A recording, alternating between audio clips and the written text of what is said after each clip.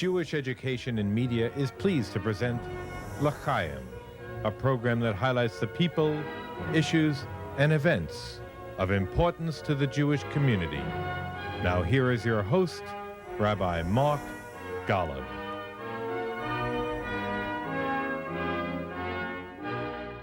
I'm Mark Golub, and there are many beloved rabbis on the world Jewish scene who are wonderful teachers of Torah and who are doing so much to energize Jewish commitment, Jewish involvement. One rabbi who's made an enormous, fabulous contribution to Jewish life today, first on the American Jewish scene and now in the state of Israel, whose teachings and inspiration touch Jews all over the world. It's wonderful to have on L'Chaim here once again Shlomo Riskin, the founding Chief Rabbi of the West Bank city of Efrat, a position he's held for more than 30 years. Shlomo Riskin is also the founding Dean and Chancellor of Ohr Torah Stone institutions in Israel, a network of high schools, colleges, and graduate programs, both in the United States and in Israel, where Ohr Torah Stone has been a leader in including women in all levels of Jewish learning. By the way, Shlomo is the co-founder of a women's college, Midreshet Lindenbaum in Jerusalem, a rabbinical school for Orthodox women. And in 1991, Shlomo Riskin won a landmark case in the Israeli Supreme Court, which overturned an Israeli law that prevented women from being advocates in rabbinical courts. Shlomo Riskin began his rabbinic career on the Upper West Side of New York City, where at the young age of 23, he was the founding rabbi of Lincoln Square Synagogue, which under his leadership became a beacon for the emerging modern Orthodox movement, influenced so strongly by the great Rav Joseph Soloveitchik of blessed memory. And at Yeshiva University, Rav Soloveitchik was Shlomo Riskin's mentor, where Shlomo graduated valedictorian and summa cum laude. Shlomo also has a master's and PhD in Jewish history from New York University. And for 20 years, Shlomo Riskin was one of a group of extraordinary rabbis, Yitz Greenbergs and Avi Weisses and Saul Bermans, among others, who literally changed the face of Orthodox Judaism in America and brought thousands of American Jews of all ages back into Jewish life, the Jewish community, and the Jewish tradition. And as many of you may know, as an Orthodox rabbi in Israel, Shlomo Riskin has been courageous in his stance opposing the Orthodox Chief Rabbinate of Israel, which has sought to delegitimize his rabbinic status and actually challenge his right to continue as the Chief Rabbi of Efrat. And personally, Shlomo Riskin is a man whom I have learned from, continue to learn from.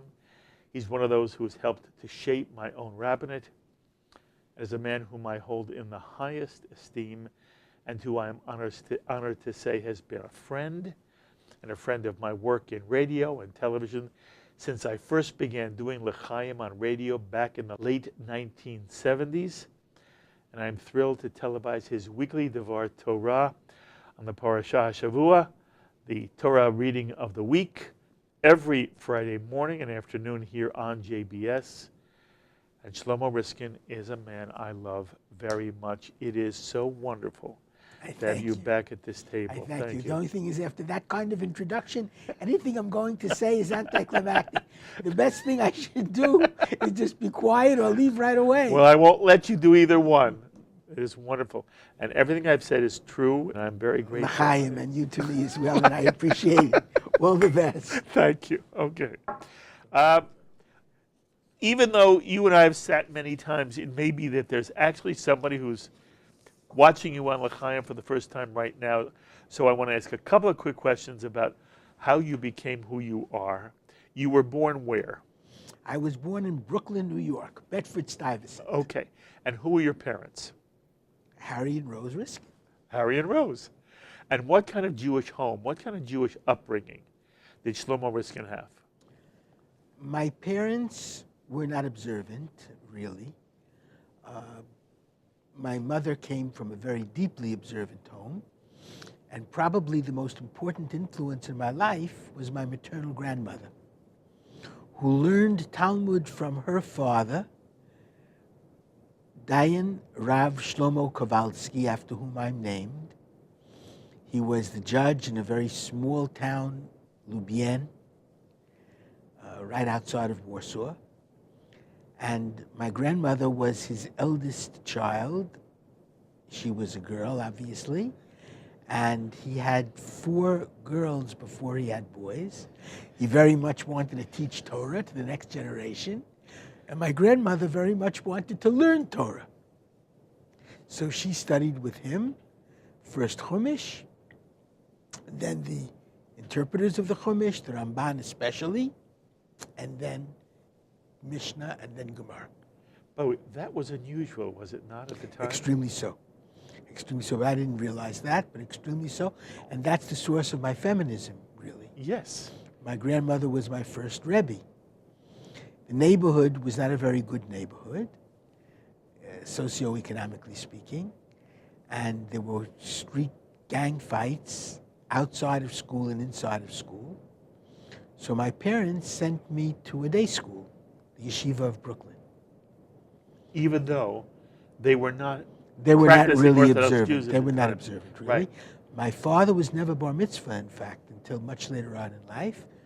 His father, my paternal grandfather, whom I also loved very much, was an ideological communist who wrote for the Freiheit. He had a weekly column in the Yiddish communist newspaper Freiheit, real intellectual, and I was very close to him actually as well.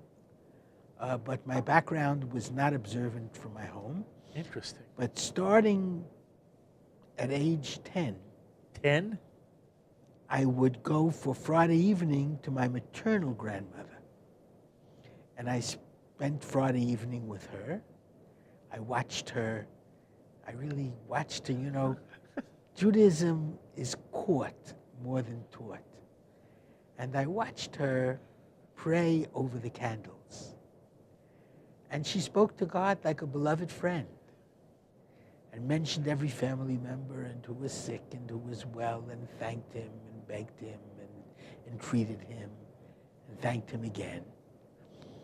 And I found that it fascinating to watch her pray. And to this day, when I have a spontaneous prayer, which is often, it's always in Yiddish because that's how my grandmother spoke.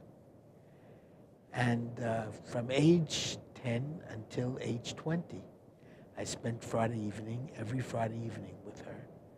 And that was made an enormous impact on my life. Mm-hmm. When do you decide to go to Yeshiva University and become a rabbi? That's a good question. I graduated from high school. I was all set to go to Harvard. My mother was very excited. She had dreams of my becoming a Harvard lawyer. But on Shavuot night, I spent the whole night studying Torah in the Beit Midrash of Yeshiva University. And it was very inspiring. And the Mashgiach Ruchani, Rabbi Lessin, from Slobodka Yeshiva, who was kind of spiritual advisor at the yeshiva, he led the priestly benedictions, the Birkot Kohanim, at dawn, at sunbreak, when we prayed in the morning after Shavuot learning. And he had a beautiful voice, and the Slobodka Niggin is very special for Birkat Kohanim. And I was very much moved. And I took an oath that somehow I would go to Yeshiva University and not to Harvard. Wow. I had a grand aunt who lived in the area. She said to me, "Don't worry, I'm on the wall." Yeshiva University had a donors ball. She said, "I'm on the wall. I will speak to Dr. Belkin. Don't worry." He was the president of Yeshiva And University. he was the president of Yeshiva University. And she did march me into his office. And he gave me a small exam in Gemara, and he kissed me on my forehead, and he accepted me. Wow. And How the did your rest mother is and history. father feel? Very upset. Very upset. You remember that? Absolutely. Because every step of my religious way, my mother made me promise I was not going to be a rabbi. And she was especially nervous. In fact, the promise I had to make was I was not going to be an Orthodox rabbi. Because they didn't make too much money at that time, and we were poor in Bedford-Stuyvesant, and she wanted better for her son. But at the end of her life, my parents at the end of their lives, my in-laws as well, lived with us in Efrat. And we're very proud of you. And I lived to see Yes. that they were very proud. Incident, but I want to remember this thing. You were not Orthodox at the time. At what point in your own being do you move, not simply to being a Jew who's interested in Torah and Jewish learning, and you're even about that, you turned down Harvard to go to Yeshiva University.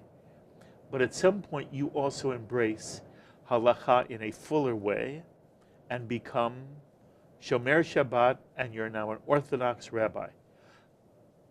How did that happen? It's, you know, everything depends, or a great deal depends, on the educators you come into contact with and their relationship with you. The principal of this small school called the Yeshiva of Brooklyn at that time was a marvelous man, Rav Menachem Manis Mendel. Philosophically, I think he was probably close to Satmar. But he was very sweet and very loving. He knew my father did not go to synagogue Shabbat morning. I lived on Hart Street between Tompkins and Marcy.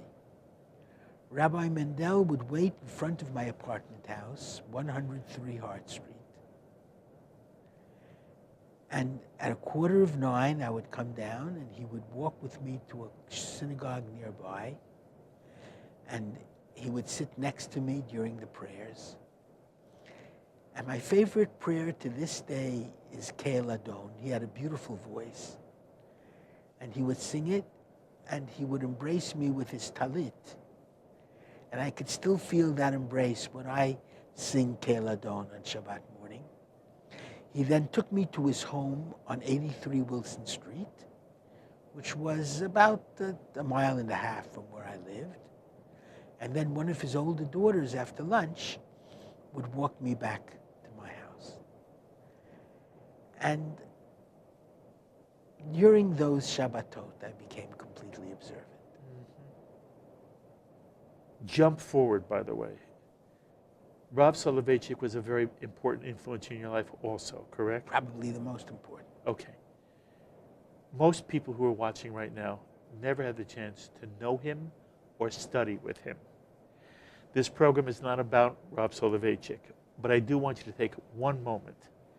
For those of us who never had the kind of relationship with him you did, who was he, what was he, and why was he able to have this extraordinary impact on a whole generation of rabbis of whom you are an example, but you're not the only one? Rav Soloveitchik came from a dynasty of great rabbis.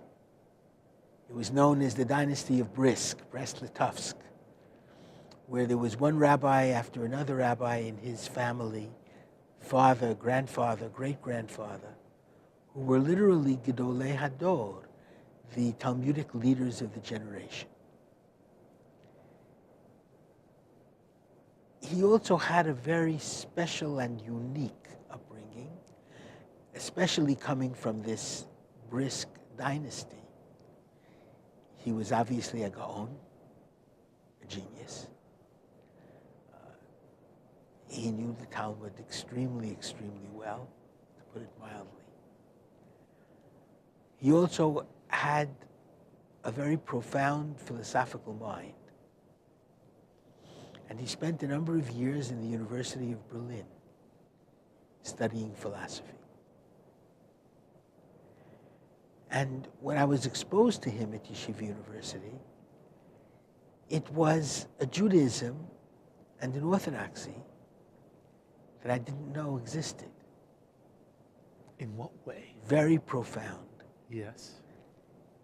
To put it in terms of philosophical perspective, existential. Mm-hmm. He dealt with the most critical existential problems of life. He said, you can call me an halachic existentialist. Mm-hmm. That halakha, Jewish law, speaks to every existential aspect of human life. Existential existence, the most basic fundamental questions of existence. Loneliness, illness, death, love, friendship. These are the kinds of things that Rabbi Soloveitchik discussed in depth, and showing how the halachic way of life, living in accordance with Jewish law, can make your life much more meaningful and much more significant.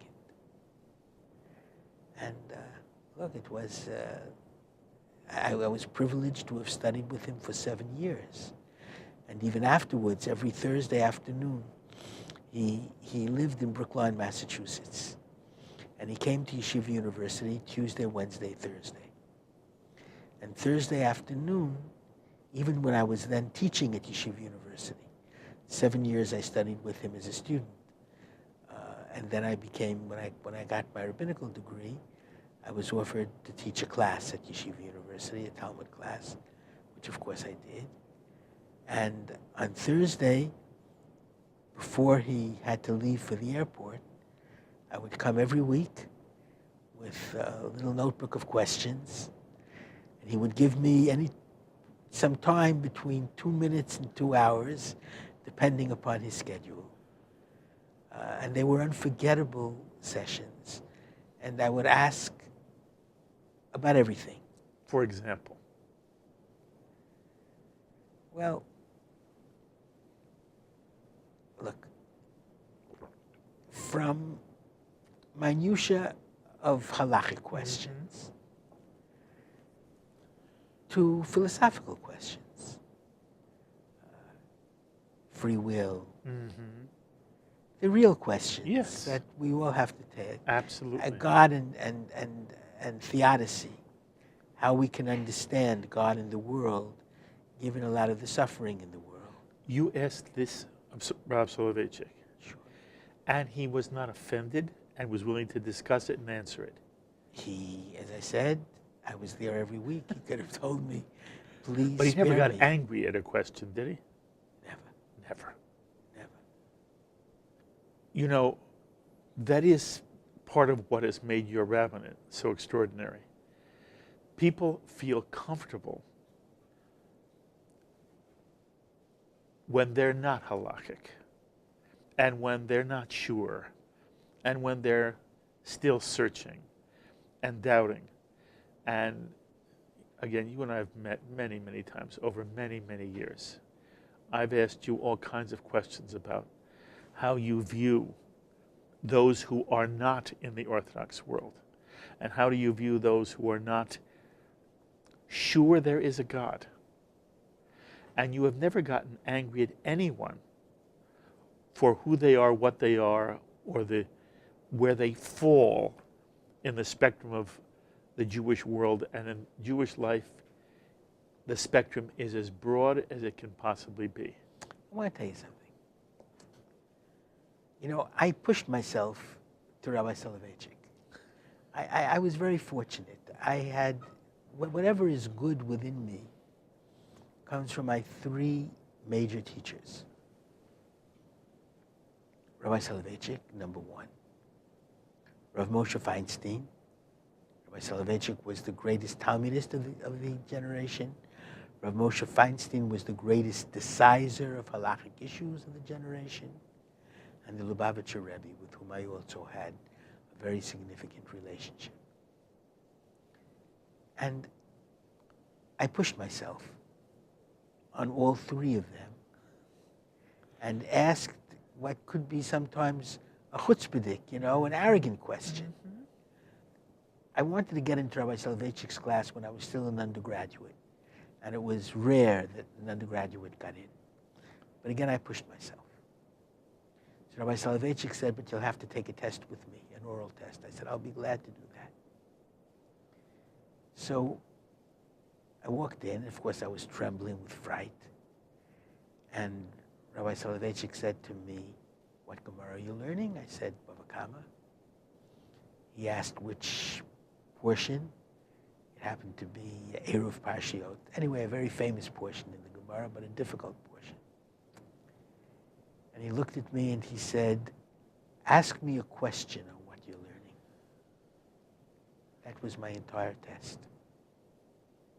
Rabbi Soloveitchik always said, the question is more important than the answer. Because only those who ask the right questions will ultimately, perhaps, come near to the proper response. So questions are very important in the Jewish tradition. I don't think there is a word found more often in the Talmud than the word meitaveh. I'm going to ask you a question. Kushya, we end with a question. So questioning is very important. They regur. And all of my teachers responded very well to questions. I could go on in this vein, by the way, for hours, but we have a limited amount of time, and there are some issues which I need to hear how you're approaching them now today. So you heard my introduction. I referenced the fact that you are the Chief Rabbi of Efrat, but at one point recently, there was an effort to remove you as Chief Rabbi. And in some way, you are not a favorite of the Orthodox Chief Rabbinate in Israel, which has come under enormous criticism of late, Shlomo. And people who've watched you on L'chaim over the years, you have been very forthright in your analysis of the Chief Rabbinate. But I want to know where you are now as you look at the Israeli scene. And I'm now talking about, the word is inappropriate, but it's the word in English we use, the religious scene. I don't mean the religious scene. The issue of how do Jews practice and live in the state of Israel. And the Chief Rabbinate has a major impact on what Jewish life is in the state of Israel. You're an Orthodox Rabbi and a Chief Rabbi of Efrat, and yet they've questioned your legitimacy. I want you to speak in general about how you feel, what that experience was like for you, and how you view now the dynamic between the Chief Rabbinate and Israeli society. I'm not asking about the Chief Rabbinate and American Jewry yet. I want to know from an Israeli perspective, how do you feel and how do you feel Israelis feel about the Chief Rabbinate? There are a number of incorrect or incomplete statements before. It's not an Orthodox Chief Rabbinate. It's an ultra-Orthodox, Haredi Chief Rabbinate. That's the difference. What is the for the viewers who are watching, what's the difference between ultra-Orthodox and Orthodox? You're not ultra-Orthodox. What does that mean? It's a good question. It usually means those who go beyond orthodoxy. For example? Those who believe that we shouldn't serve in the army.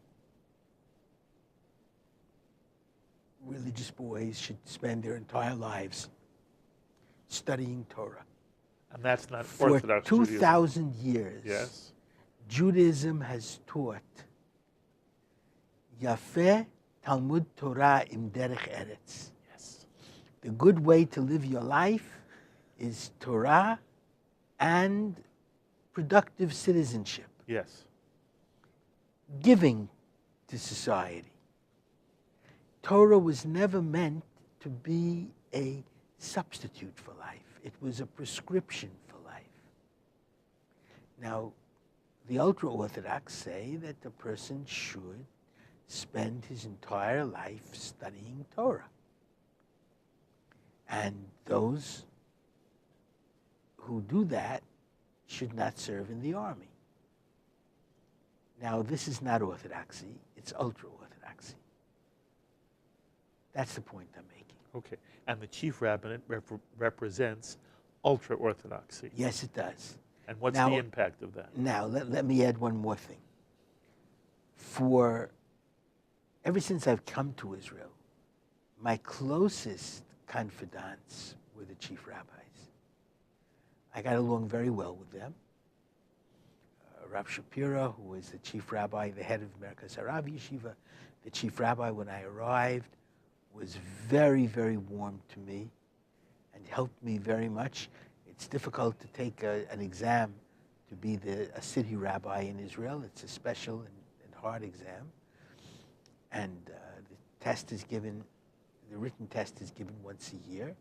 I missed the time for that written test, and I wanted to run for Chief Rabbi of Efrat, and he moved mountains to see that I was given an oral exam.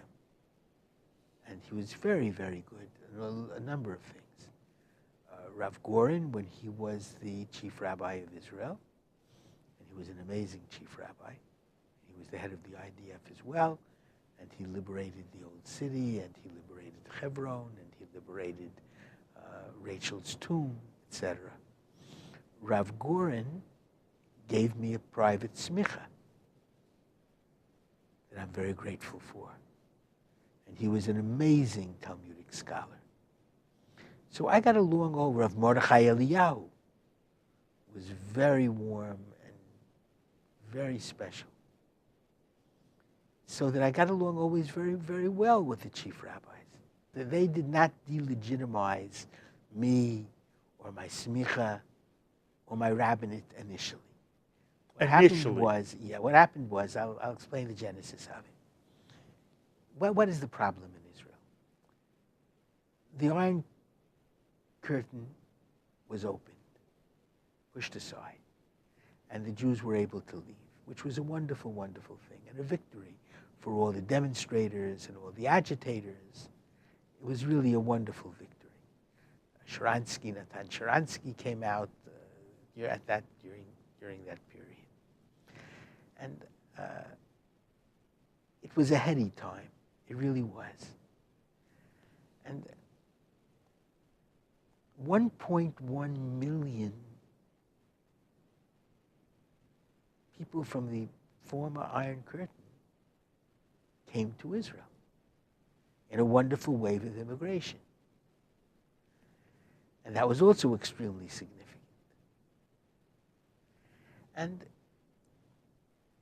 one thing I think it's important to understand,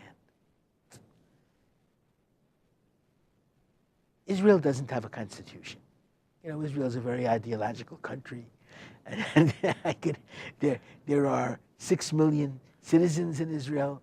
I think there could be 6 million versions of a constitution that could be written for Israel. But there are a number of laws that the state made almost from the inception, which were accepted by everyone. One of them is the famous law of return. 6 million Jews were murdered in Europe. Gas chambers of Auschwitz, Treblinka, Majdanek, etc. Yamach Shemam v'Zichram. 6 million were murdered. And they were murdered because they had no place to run away to. No one would give them safe haven. So therefore, the state of Israel, one of the first things it promulgated through the Knesset, that anyone who was Jew enough to have been sent to Auschwitz must be Jew enough for automatic citizenship in Israel wherever they want to come. And this is really an amazing truth of what Israel means post-Holocaust. And you know, Jews have run to Israel, Baruch Hashem, for a safe haven throughout this period, from the Muslim countries, from countries of repression and countries of laxness against anti-Semitism, as in France. People have come from all over the world home to Israel. All you have to do is you have to be Jewish and live in Israel, and you have automatic citizenship. But then comes the question, all you have to do is be Jewish. And this is the conundrum. We're the oldest people in the world, the oldest nation, and we still don't know how to define ourselves. What does it mean to be a Jew? And I answered the question, though, in my initial remarks. The Knesset, I think, brilliantly said, whoever was Jew enough to be sent to Auschwitz. And that was the Mishlingen, those who were mixed background. Even if you had one Jewish grandparent, you would have been sent to Auschwitz. Now, the Jewish grandparent, according to the Nuremberg decrees of Germany, the Jewish grandparent could be a grandfather or a grandmother. If it's a maternal descent, then that jives with Jewish law, because Jewish law says the child follows the mother, the religion of the child. The child is an integral part of the mother's essence and body. And it makes sense. But if it's the grandparent who is Jewish, he becomes Jewish under the right of return, and in Israel he's considered to be Jewish by the Israelis, and maybe even the Israeli government. But halacha, Jewish law, doesn't accept him as being Jewish. And he needs conversion, ritual immersion, circumcision. So, this was very problematic. And there are about 350,000 of the 1.1 million from behind the Iron Curtain who are Jewish paternally, but not maternally. Now, former chief rabbis came upon this problem. Most notably, Rav Uziel wrote many responsa in a marvelous volume called Mishpatei Uziel, the Judgments of Rav Uziel. He was the chief rabbi of Israel for almost 4 decades, Sephardi chief rabbi. And he said correctly, it's true that you need a formal conversion if you're only paternally and not maternally Jewish. But the father is not chopped liver. The father certainly contributes DNA, so he's very significant. And the father determines the tribe. I'm a Kohen because my father is a Kohen. So the father has something to say and something to contribute. And among the greatest decisors, the Mishpatei Uziel demands the following. If someone is Jewish paternally but not maternally, it behooves the religious court to convert him. A minimum of questions, a maximum of embrace. Pro forma, you need circumcision and ritual immersion. That's what you need. And do it as lovingly as you can do it. But don't ask too many questions.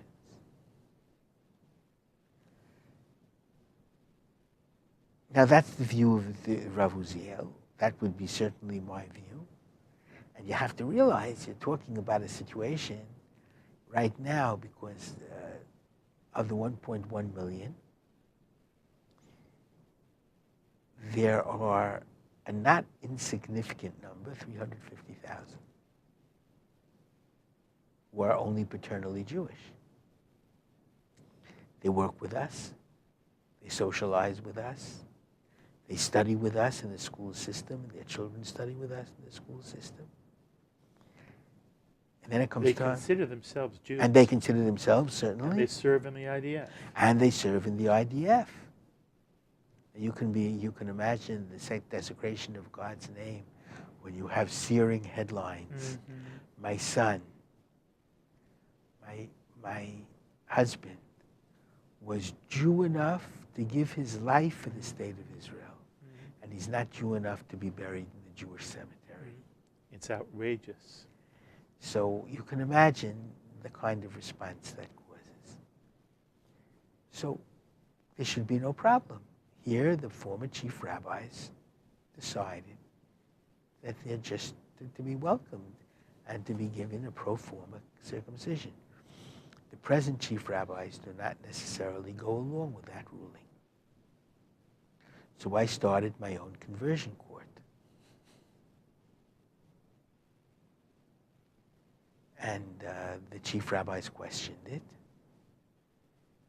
the legitimacy of the court, and they wanted me to close it down. But I felt it was critically important. Over the past 2 years, we've had about 500 conversions. Wonderful. And I believe it's the sanctification of God's name. At any rate,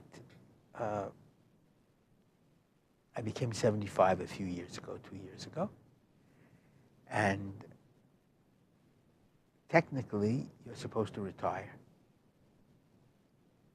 However, if you wish to continue, and the congregation wishes you to continue, the city in this case wishes you to continue, you can continue for another 5 years with the sanction of the chief rabbis.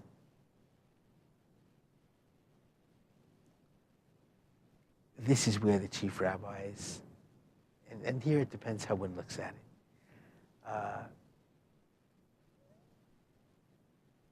The chief rabbis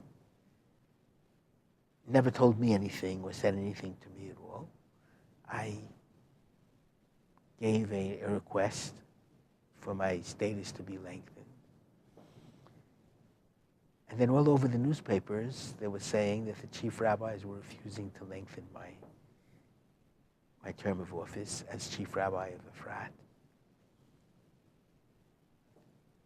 And the newspapers said, of course, the reason was they didn't want my other conversion court. They wanted exclusivity in converting. And it's interesting that since the beginning of the state, a chief Orthodox rabbi was always allowed to have his own conversion court. If he's a rabbi of a city, an Orthodox rabbi of a city. And I claimed that. One of the chief rabbis was on a trip. Anyway, the newspaper reports were quite loud and damning. And finally, the chief rabbi who was on the trip, a worldwide trip, said that he doesn't know where the idea was, that he was going to insist that I close my conversion court. Nothing like that. He doesn't recognize my Giyurim, but the Supreme Court does, and he understands that too. And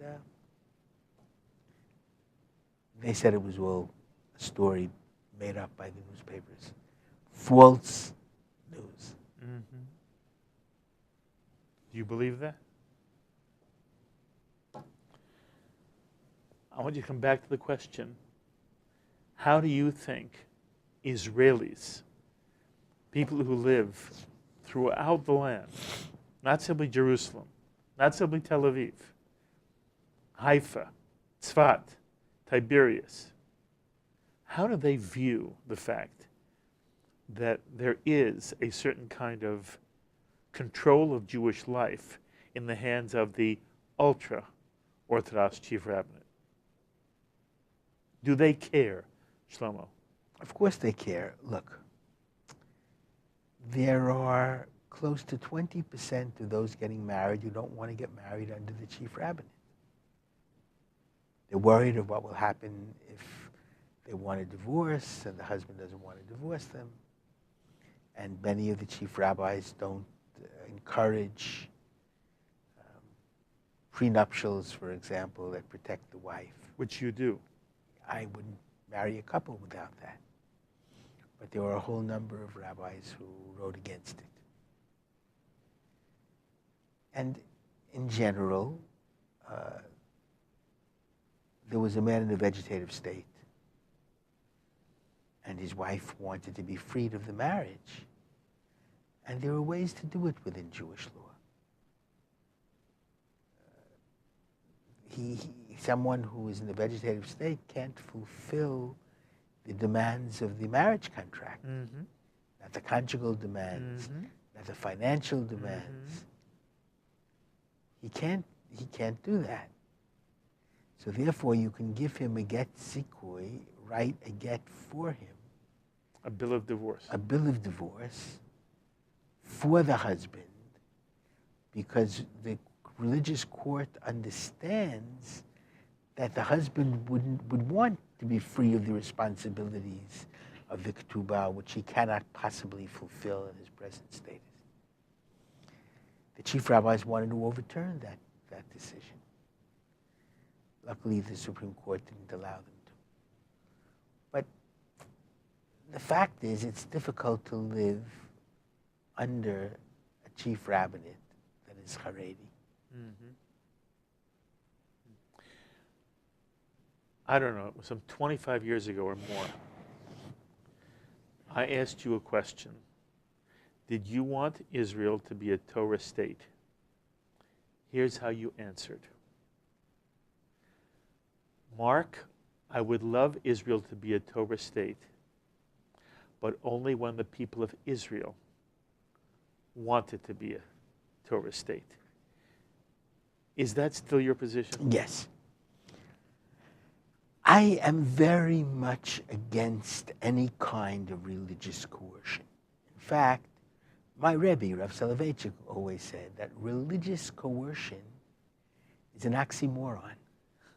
If it's coerced, it's not religious any longer. So I'm against any kind of religious coercion, and certainly in this area. I don't think it makes sense. I don't think it's positive. Israel is a very religious country, a very traditional country. I'll give you an example. Over 95% of the Israelis all circumcise their children. And a similar figure mark Yom Kippur, even as a fast day. And, you know, Pesach Seder and Hanukkah, Menorah, you have millions of Jews doing this every day.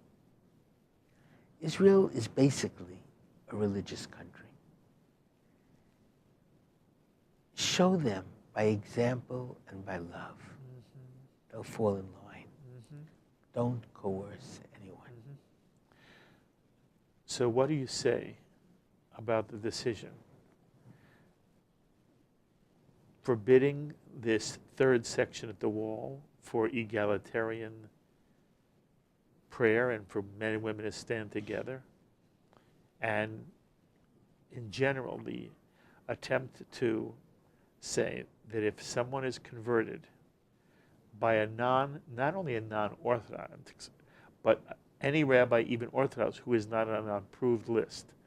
And recently we saw a list of all the Orthodox rabbis who were not approved in the United States by the Chief Rabbinate of Israel. What do you feel about their saying that those individuals, while they have the right to come to Israel under the law of return, if they later on want to marry in the state of Israel, they're not considered to be Jews? And the American Jewish leadership went nuts over this issue. So I'm asking you, on the one hand, how do you look at the issue, and how do you look at the American Jewish leadership's response? It's a complex issue. It's not easy at all. First of all, I certainly think that it's within the right of Israel to say that, we don't have in Israel separation of religion and state. It's a very difficult thing to make separation of religion and state, because there's so much within Jewish nationality that's also Jewish religion. Pesach. Our birthday as a nation, we became freed, much like Americans became freed from British domination. So is Pesach, that day of our freedom, a national holiday or a religious holiday? Hanukkah. We were independent, an independent state in Judea. Again, a religious holiday or a national holiday, both are true. And so on down the list. And of course, our national literature is Torah. Separation of church and state, that means you can't teach Bible in the public schools. It's absurd. I mean, that's our national literature. So that we can't talk about separation of church and state, synagogue and state in Israel. The two are very closely intertwined. Having said this, and therefore I believe one can legitimately say that the expression of Judaism, public Judaism in Israel, is a matter of Orthodox decision, Orthodox direction. Because? And the reason I say because... I'll answer, because it's a good because. Because first of all, the overwhelming majority of religious Jews in Israel, observant Jews of Israel, are Orthodox. Mm-hmm. So even in terms of democracy, mm-hmm. and to give you the perfect example, those who care about kashrut, they wouldn't accept a non-Orthodox kashrut certification. And it's understandable that they wouldn't. So if the majority of the Jews in Israel are Orthodox, the religious Jews in Israel are Orthodox, and among the secular Jews, the synagogue they do not attend to would also be Orthodox. If they have a bar mitzvah once in 15 years in the family, they wouldn't go to a non-Orthodox synagogue. Certainly that's true of the Mediterranean Jews, of the Sephardi Jews. So it makes sense. And England, the same thing. The state Judaism in England is Orthodox. Yes. So I think that's illegitimate and okay, but at the wall, nobody is saying. So let's go. Okay, so that. Now you spoke about conversion. That is important. Yes. In other words, for me, it's very important that every Jew in Israel should be able to marry every other Jew in Israel, as much as possible. But there are certain rules and laws for the last 2,000 years, demonstrably, laws of conversion, circumcision, ritual immersion. I was part of a group that wanted very much to have a single rule for conversions that would unite Orthodox, Conservative, and Reform. We worked very hard on that. I even discussed it with the LubavItcher Rebbe. He said, if you can do it, kol hakavod. Why did it break down? It broke down because the Reform rabbi that was there in Denver wouldn't insist on circumcision for conversion. And we, we just couldn't go along. So I understand if you want to say that state, official, religious ceremonies at the Kotel must be under Orthodox auspices. I can understand that very well, that the kashrut is Orthodox kashrut. That, however, there must be room for non-Orthodox expression. God forbid if Israel would only be for the Orthodox Jews. God forbid if the shrines in Israel would only be for Orthodox Jews. So therefore, it was very logical to have said Robinson's Arch. You take a place, a respected place in the Kotel, along the Kotel, and say this is set for non-Orthodox service. And that's wonderful. The same thing, by the way, about marriages. There should be, I think, room for civil marriages in Israel. People don't want to get married religiously. Or interfaith couples without conversion. They should be able to have a secular ceremony. And it's a win-win situation, because then they don't need a religious divorce. And then there's not a problem if there's no religious divorce. So that saying that Israel has, as the representative of religion, orthodoxy, as long as it leaves room for non-Orthodox expressions, that's fine.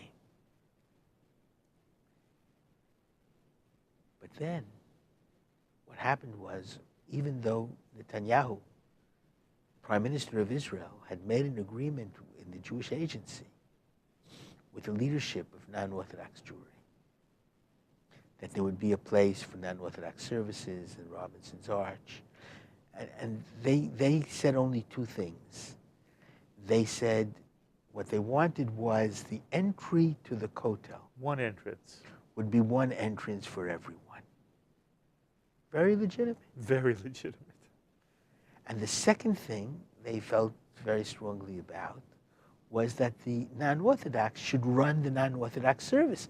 You can't expect the Orthodox to run the non-Orthodox service. Both obvious, yes? Both, I think, obvious as day is obvious. But that was not accepted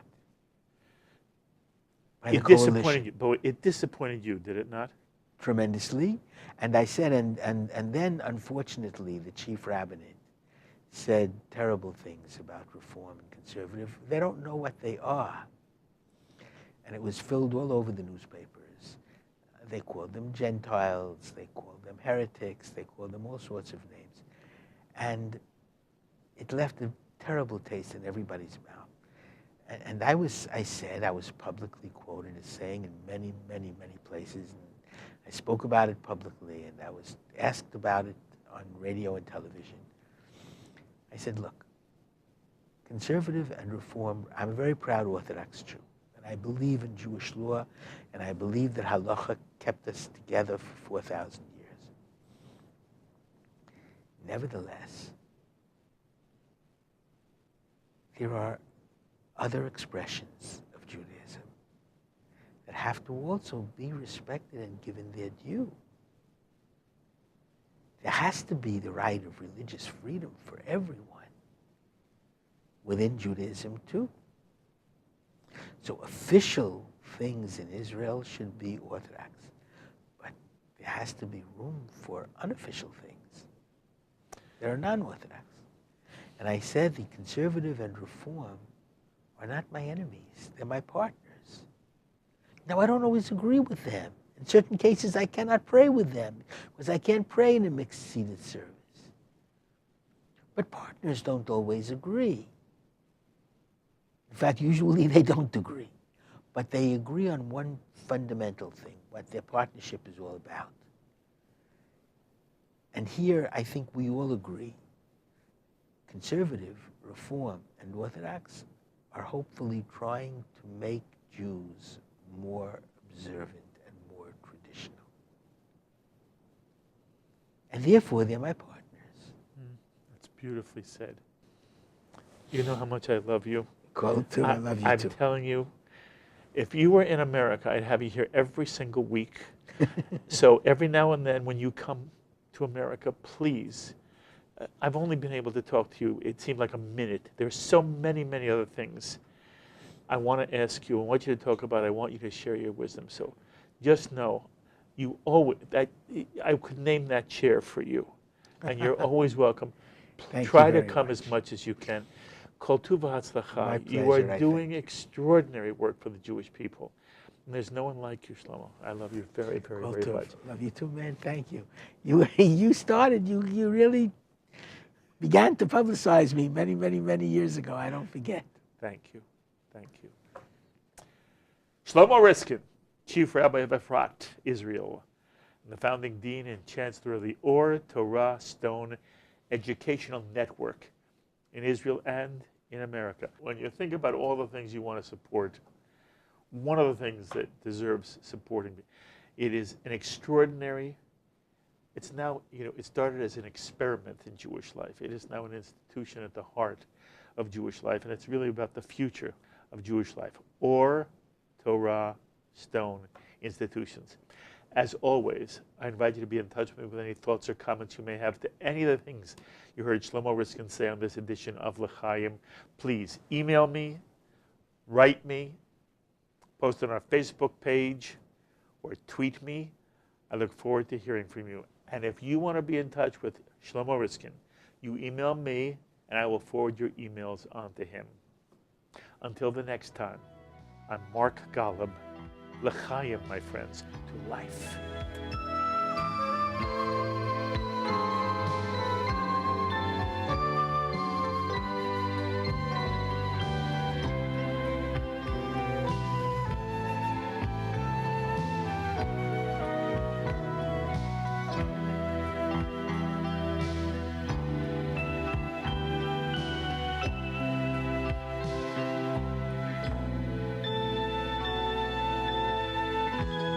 L'Chaim is a presentation of Jewish education in media. We would be pleased to send a complimentary DVD of this program to anyone who wishes to support JBS, the Jewish Broadcasting Service, with a tax-deductible gift of $36, double chai or more, to the nonprofit organization Jewish Education in Media. Simply visit the JBS homepage and click on the Donate button to make a donation by PayPal or your credit card.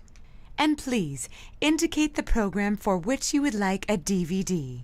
Or you can send your tax-deductible check made out to Jim, Post Office Box 180, Riverdale Station, Bronx, New York 10471.